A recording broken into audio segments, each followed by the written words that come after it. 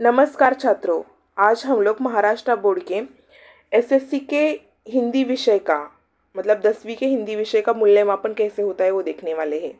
आपको पता है कि जो 10वीं का हिंदी विषय रहता है वो कुल 100 अंकों के लिए रहता है और उसको भी हम लोगों ने 2 विभागों में विभाजित किया है। 80 मार्क्स की आपकी लिखित परीक्षा होती है और 20 मार्क्स की आपकी ओरल एग्ज़ाम होती है। तो आपकी लिखित परीक्षा जो होने वाली है उस प्रश्न पत्रिका का प्रारूप कैसा होगा, वो प्रश्न पत्रिका कैसे आएगी, इसको आज हम लोग देखने वाले हैं। तो आपकी लिखित परीक्षा जो होने वाली है वो 80 अंकों की होने वाली है और ओरल एग्जाम 20 अंकों की, तो कुल मिला के हो गए 100 मार्क्स। तो ये प्रश्न पत्रिका कैसे आएगी वो हम लोग देखने वाले हैं। इस प्रश्न पत्रिका को हम लोगों ने 3 विभागों में विभाजित किया है। जो पहला विभाग रहेगा आपका वो रहेगा गद्य पद्य और पूरक पठन वाला, दूसरा विभाग रहेगा आपका व्याकरण वाला और तीसरा विभाग रहेगा रचना विभाग, जिसे हम लोग उपयोजित लेखन भी कहते हैं।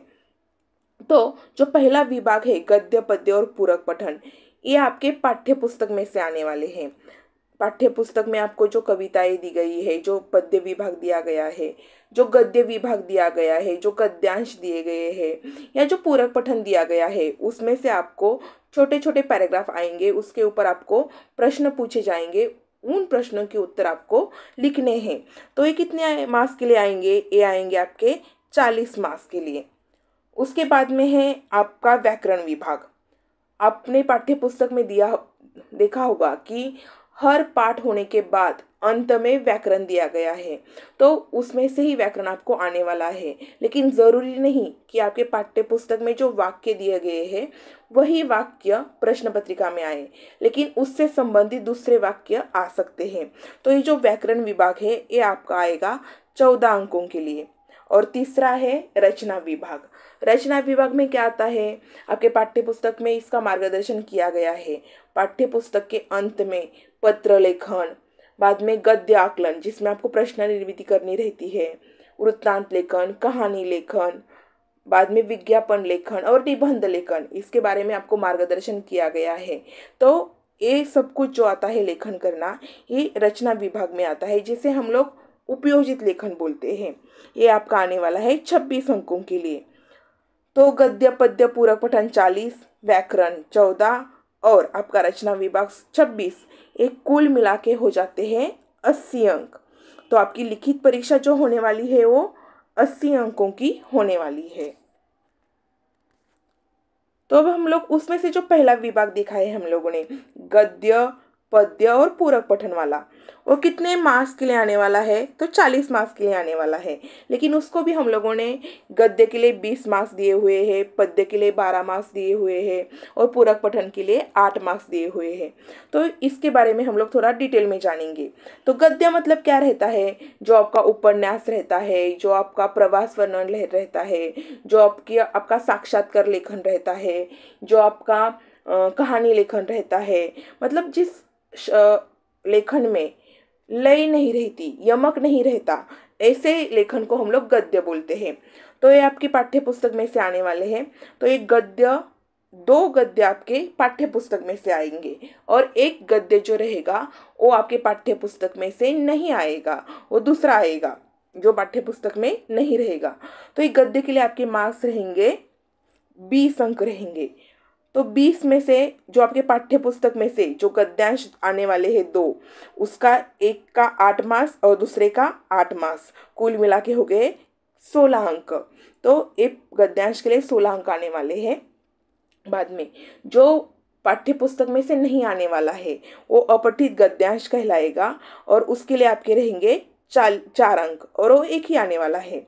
पाठ्य पुस्तक में से 2 और पाठ्य पुस्तक में से जो नहीं आने वाला वो है 1। तो ऐसे कुल मिला के 16 और 4 गद्य के लिए आपके हो गए 20 अंक। अभी दूसरा जो है पद्य। पद्य मतलब क्या रहता है? जिसमें आपकी चौपाई आ सकती है, कविताएं आती है, गीत आते हैं, जिस रचना में, जिस लेखन में एक लयबद्धता रहती है, सुर रहता है, उसको हम लोग क्या बोलते हैं? पद्य बोलते हैं। तो आपके पाठ्य पुस्तक में से ही आने वाले हैं। जो पाठ्य पुस्तक में कविताएं दी गई है, रचनाएं, चौपाई दी गई है, जिसमें जिस रचना में लय है वो आपके आने वाले हैं 2। पद्यांश आने वाले हैं, मतलब पूरी की पूरी कविता नहीं आने वाली है, छोटा छोटा भाग आने वाला है। और उसमें एक कविता पद्यांश को रहेगा 6 मार्क्स, दूसरे पद्यांश को रहेगा 6 मार्क्स। तो ये 6 6 हो गए 12 मार्क्स। तो ये 12 मार्क का आपका आएगा पद्य। उसके बाद में हम लोग देखेंगे पूरक पठन। आपके पाठ्य पुस्तक में जो दिया गया है, गद्य भी दिया गया है, पद्य भी दिया गया है, लेकिन उसके नीचे पूरक पठन लिखा रहता है। तो ये पूरक पठन आने वाले हैं आपको 4 और 4 अंक के। उसमें जो गद्यांश रहता है पूरक पठन का वो 4 अंक के लिए, और पद्यांश रहता है वो 4 अंक के लिए। तो ये कुल मिला के आने वाले हैं 8 अंक के लिए। तो आपका पहला विभाग जो है प्रश्न पत्रिका का, गद्य, पद्य और पूरक पठन, 20, 12 और 8 अंक, ये कुल मिला के हो गए 40 अंक जो पाठ्य पुस्तक में आने वाले हैं। लेकिन जो ये अपठित गद्यांश है नहीं पाठ्य पुस्तक में से आने वाला, लेकिन हो सकता है कि उसकी जो रचना हो, उसके जो शब्द हो, आपसे परिचित हो, वो शब्द आपके पाठ्य पुस्तक में दिए गए हो, वो जो शब्द रहते हैं उसका अर्थ आपको पता हो सकता है। तो ऐसा ही गद्यांश आपको आने वाला है। उसके बाद में प्रश्न पत्रिका का दूसरा जो विभाग है वो है व्याकरण विभाग। और ये जो व्याकरण विभाग है वो आपको कुल 14 अंकों के लिए आने वाला है। तो उसमें से कौन सा व्याकरण आपको आने वाला है? जो पहला है वो है शब्द भेद। अब ये शब्द भेद मतलब क्या? शब्द के प्रकार रहते हैं, जैसे कि संज्ञा हो गई, सर्वनाम हो गया, विशेषण हो गया, क्रिया हो गया। लेकिन एक शब्द के भेद तो है ही, लेकिन संज्ञा के भी अलग अलग भेद रहते हैं। जातिवाचक संज्ञा हो गई, बाद में भाववाचक संज्ञा हो गई, व्यक्तिवाचक संज्ञा हो गई। तो आपको वो संज्ञा के भेद को भी लिखना है। उस शब्द दे दिया जाएगा आपको, एक वाक्य दिया जाएगा, उस वाक्य में एक शब्द को अंडरलाइन किया रहेगा, उस शब्द का भेद कौन सा प्रकार है वो आपको लिखना है। वो संज्ञा है, सर्वनाम है या विशेषण है, वो आपको लिखना है। इसके लिए आपको 1 मार्क रहेगा। उसके बाद में है अव्यय।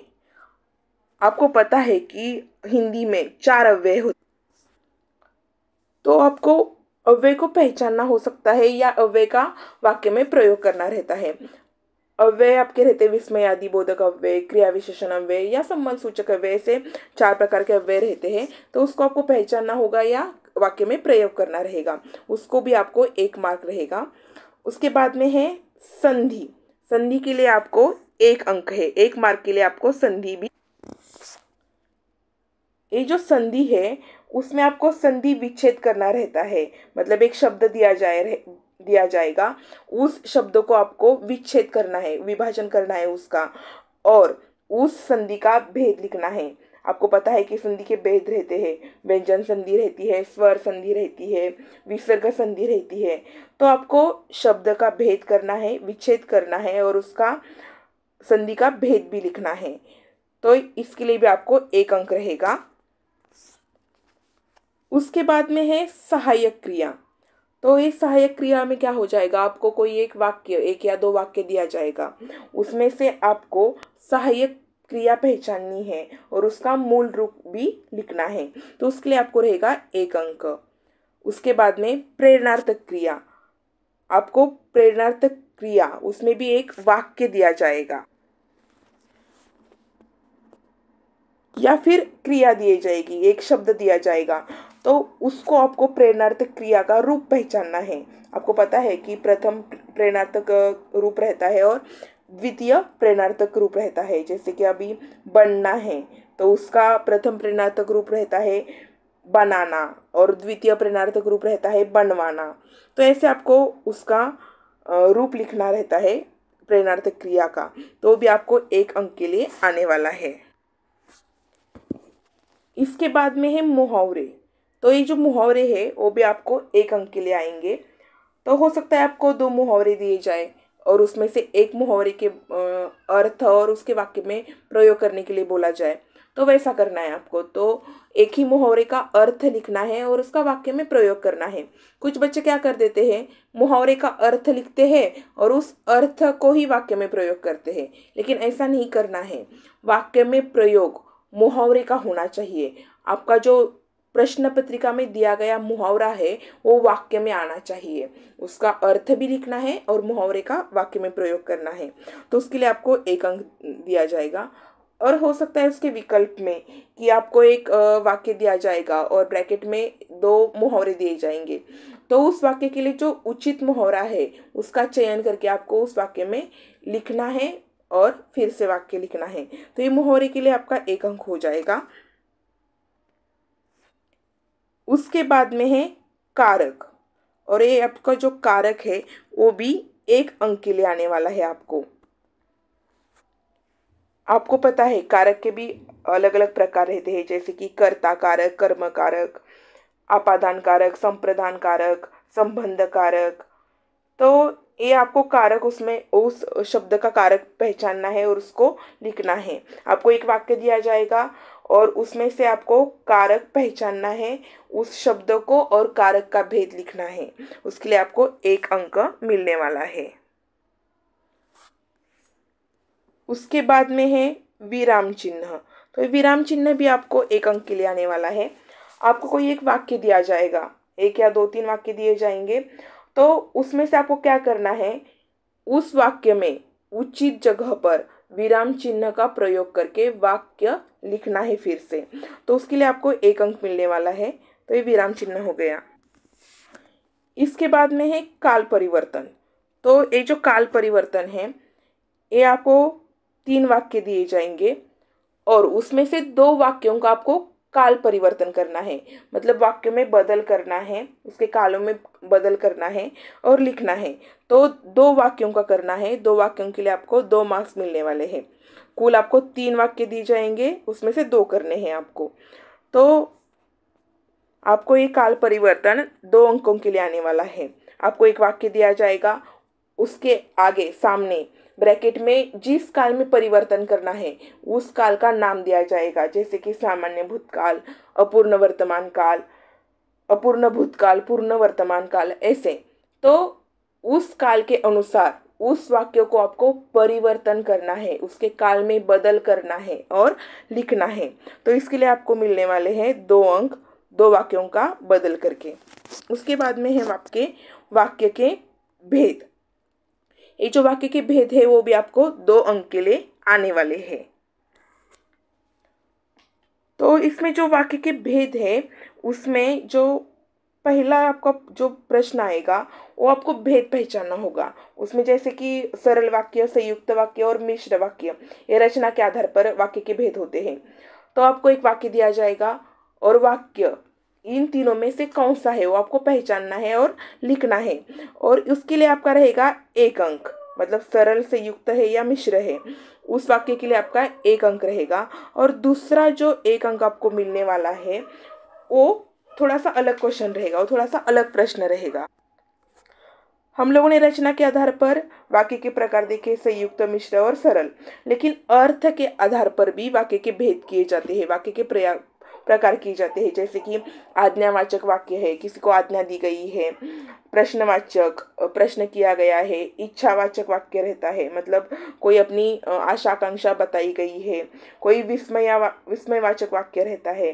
तो ऐसे वाक्य रहते हैं, वो अर्थ के अनुसार उसका भेद लिखना रहता है आपको। तो आपको क्या करना है, एक वाक्य दिया रहेगा, ब्रैकेट में वो वाक्य को किस प्रकार के वाक्य में परिवर्तन करना है वो दिया रहेगा। तो उस अनुसार ब्रैकेट में जो वाक्य का प्रकार दिया रहेगा उसके अनुसार आपको उसको परिवर्तन करना है।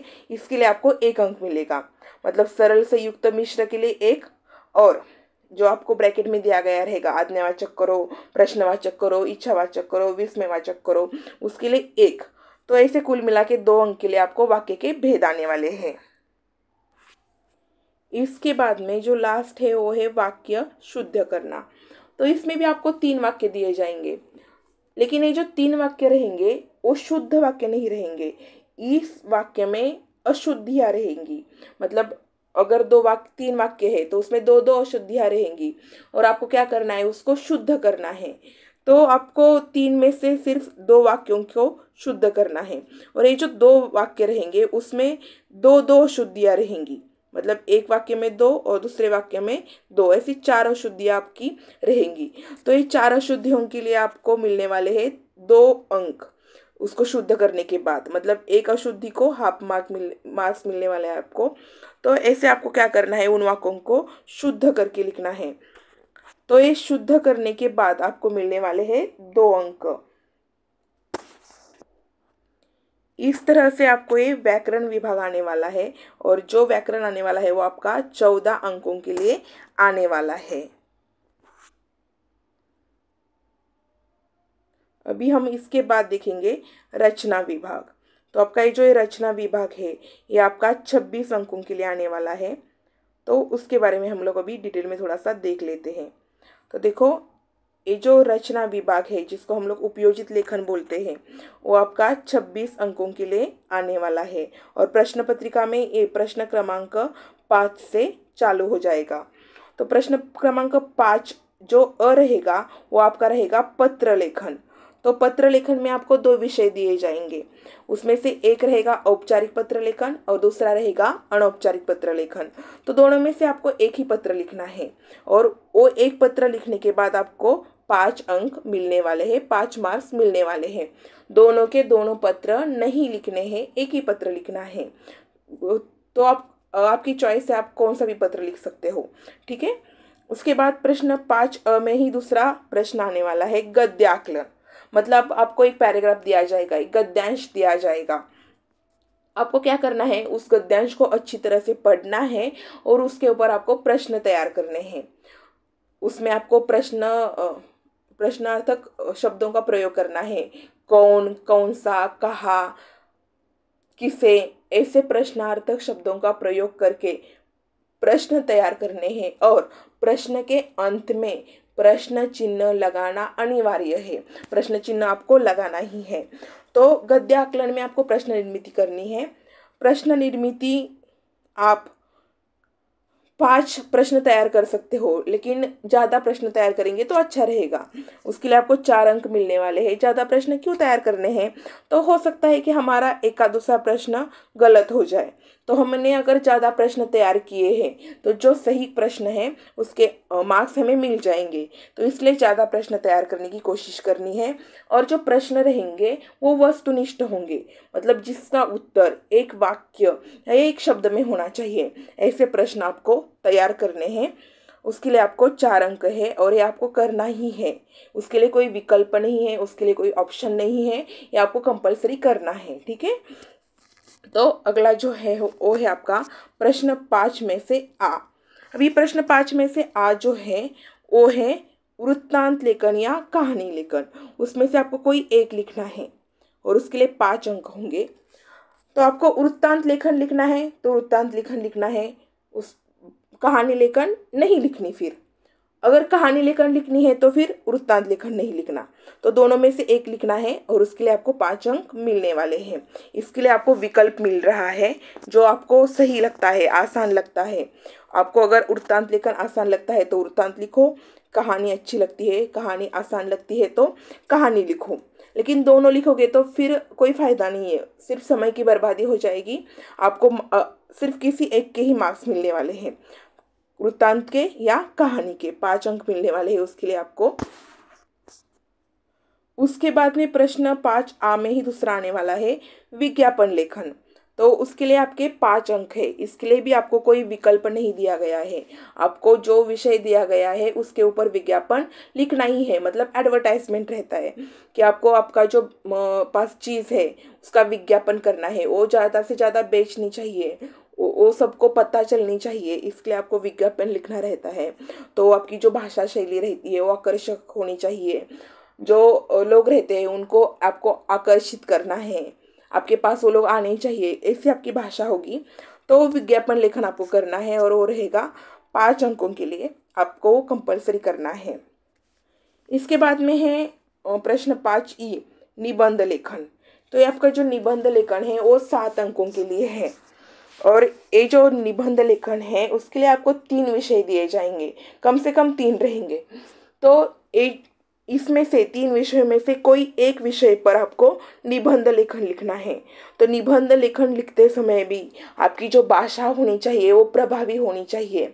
आप उसमें कुछ सुवचन का भी प्रयोग कर सकते हैं, कुछ कविताओं के थोड़े से पद्यांश का भी उपयोग कर सकते हैं।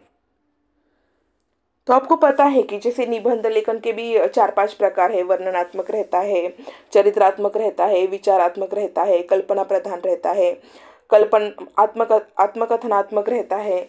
तो ऐसे आपके निबंध के प्रकार होते हैं। तो आपको उस अनुसार जो प्रकार है उस अनुसार आपको भाषा का प्रयोग करना है। मतलब अगर आत्मकथनात्मक है तो मैं बोल रहा हूँ, मैं कर रहा हूँ, ऐसा आपको लिखना है। अगर चरित्रात्मक है तो वो वैसे था, वो मतलब किसका चरित्र आप लोग लिख रहे हो, ऐसा होगा। तो कल्पना प्रधान है तो मैं यदि मैं पंत प्रधान बन जाता हूँ, प्रधानमंत्री बन जाता हूँ, प्रधानाचार्य बन जाता हूँ, तो क्या होगा। मतलब आपको जो प्रकार दिया गया है निबंध का उसके अनुसार कालों का प्रयोग करना है। मतलब उसको वर्तमान काल में, वाक्य जो रहेंगे वो वर्तमान काल में रहेंगे, भूतकाल में रहेंगे, भविष्य काल में रहेंगे। तो प्रकार के अनुसार आपको आपकी भाषा का प्रयोग करना है। तो ठीक है, इस प्रकार आपका जो प्रश्न पत्रिका है वो आने वाली है। हम लोगों ने देखा कि जो प्रश्न पत्रिका है वो 3 विभागों में विभाजित की गई है। पहला जो है वो है गद्य, पद्य और पूरक पठन, जो पाठ्य पुस्तक में आएंगे। वो आने वाले हैं 40 अंकों के लिए, व्याकरण 14 और रचना विभाग 26 अंकों के लिए आने वाला है। तो इस तरीके से आपकी कक्षा 10वीं की हिंदी की लिखित परीक्षा 80 अंकों की होने वाली है। और ये प्रश्न पत्रिका का प्रारूप आज हम लोगों ने देखा। Thank you.